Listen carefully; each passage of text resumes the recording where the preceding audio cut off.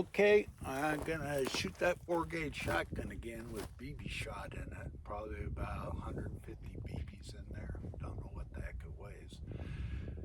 But clean the barrel out, swabbed it, kind of treating it like a cannon so that I don't kill myself out here in the middle of nowhere.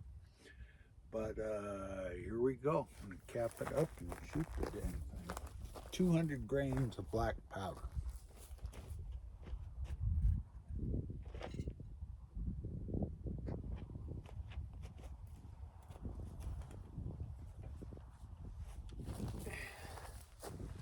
And I'll use my rest this time so I can get as accurate a shot as I get with this thing. I don't know what that is, but yeah.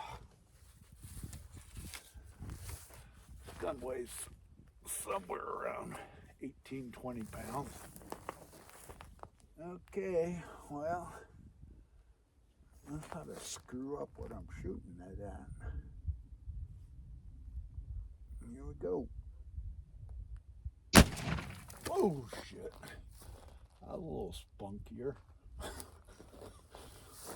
Damn. Receiving end of that got screwed up.